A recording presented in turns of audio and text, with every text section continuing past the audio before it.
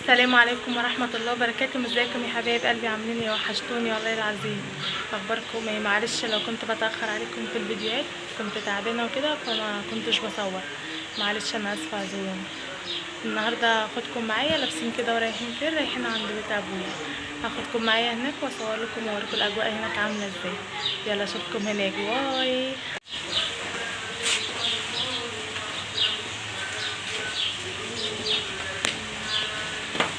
نمشي بقى نروح عندنا هناك، اوريكم يعني الاجواء وكده عند بيت ابويا.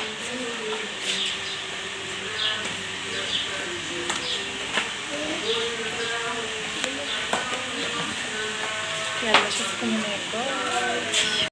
يلا بقى نقول بسم الله ونبدأ الفيديو بتاعنا. بس قبل ما نبدأ الفيديو دوسوا على كلمة اشتراك وفعلوا زر الجرس ودوسوا على كلمة الكل عشان كل ما انزل فيديو تتفرجوا عليه. هنا خلاص كنت ماشية رايحة عند بيت اهلي، وبيت اهلي مش بعيد عن بيت جوزي، يعني شارع بس ما بينا.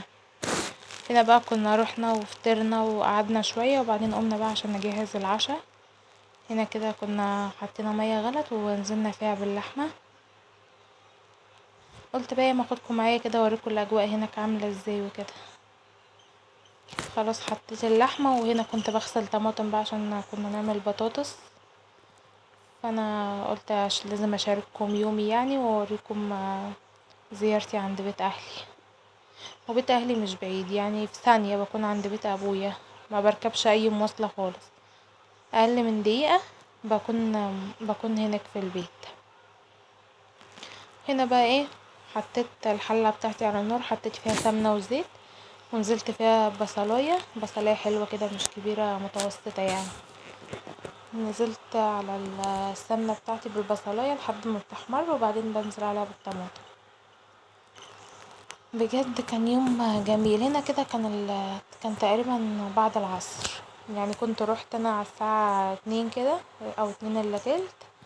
قعدنا فطرنا وشربنا شاي، وبعدين بقى ايه قلنا نجهز الغدا بتاعنا او العشاء. زي ما انتوا شايفين كده، بفضل اقلب في البصلاية لحد ما بتوصل للون اللي انا عايزاه، لحد ما ببصوا توصل للون الجلد ده فلفل احمر. بنزل بشوية فلفل احمر كده، وبعدين بنزل عليها بالطماطم على طول زي ما انتوا شايفين. هنا بقى كنا بنجهز الرز، برضو بنحط سمنة على زيت، وبعدين بنزل بالشعرية. انا اختي اللي كانت بتعمل الرز بصراحة، مش انا عملت البطاطس واختي عملت الرز، وامي برضو كانت بتساعدنا. زي ما انتوا شايفين كده نزلت بالشعرية عليهم، برضه هنفضل نقلب فيها لحد ما بتوصل للون الجولد اللي هو اللون الذهبي الحلو ده، اللي انا درجة اللون اللي انا عايزاها يعني. وبعدين بنزل عليها بالرز بتاعي. دي اختي بقى ايه، نقول لها تسلم ايدك يا كوكي. بصراحة كانت عاملة شوية رز كانوا حلوين، تسلم ايديها.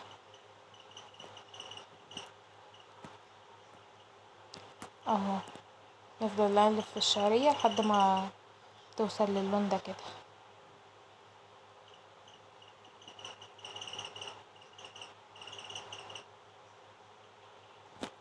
زي ما انتوا شايفين كده عمالة تقلب في الشعرية، وبعدين هتنزل عليها بالرز.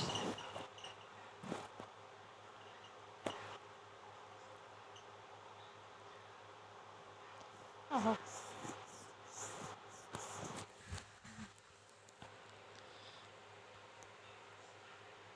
بجد كان يوم حلو، كان كله ضحك وهزار. هنا خلاص اهو نزلت بالرز عليه، رز نضيف يا جماعة. احنا مش بنغسل الرز عشان احنا بنجيب رزاية حلوة نضيفة. تفضل تقلب في الرز شوية كده وبعدين هتزوده.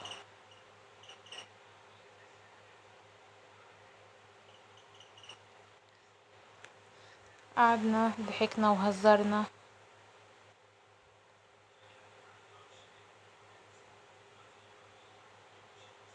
خلاص كده نزلت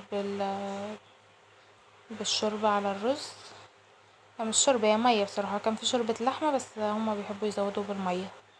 بعدين بتحط واحدة ماجي، وبعدين بتنزل بالملح وخلاص على كده. بس كده تظبط الملح بتاعه خلاص.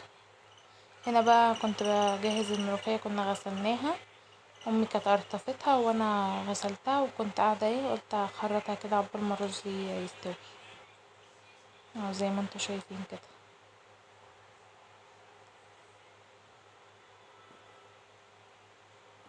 انا كنت قاعدة بكلم امي، وبصراحة كنت بزعق لسوفيا، مش عايز يقعد في الارض، بس بزعجله وانا بضحك، يعني مش عارفة انا ايه الزعيق ده.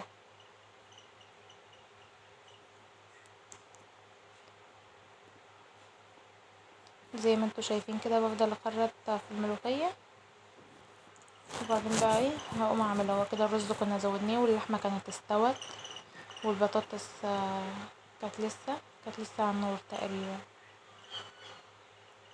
ايه ده، ما كناش لسه حطيناها. كنت عملنا الصلصة بس ما كناش لسه حطينا البطاطس. هنا دي امي ست الحبايب، كانت قاعدة ربنا يديها الصحة يا رب، كانت قشرت البطاطس وقطعتها. هنا بقى خلاص الصلصة بتاعتي استوت اهي، هنزل عليها بالبطاطس. وبعد ما بنزل بالبطاطس بروح بكون عاملة فصين توم كده بهرسهم حلو، بروح حطاهم عليها مع البطاطس كده وهي بتستوي. وبعدين بقى بزودها الشوربة زي ما انا عايزة، بقى عايزاها قوامها خفيف تقيلة، بزودها هي على حسب ما انا عايزة. بحط لها شوية ملح وبس، ما بحط لهاش اي حاجة تاني، وممكن واحدة مكعب اللي هو الماجي، بحط واحدة وبحط شوية ملح بس، ما بحط لهاش اي توابل تاني. هنا بقى الرز بتاعنا خلاص كان استوى اهو، اللهم بارك. كانت حاجة حلوة، كان اكل جميل بصراحة. اختي تسلم ايديها، بتعمل شوية رز عسل.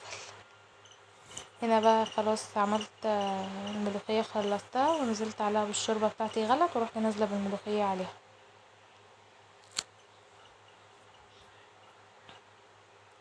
بفضل اقلب فيها كده بتهدر مرة، وبعدين خلاص بنزلها. هنا كده عملت لها الطشة بتاعتي توم وشوية كزبرة بس. هنا خلاص كنا خلصنا الاكل، وده شاي اخضر بنعمله وقلنا نحط يستوي عقبال ما نتغدى. وده كان شكل الاكل بتاعنا، قولولي بقى ايه رايكم فيه.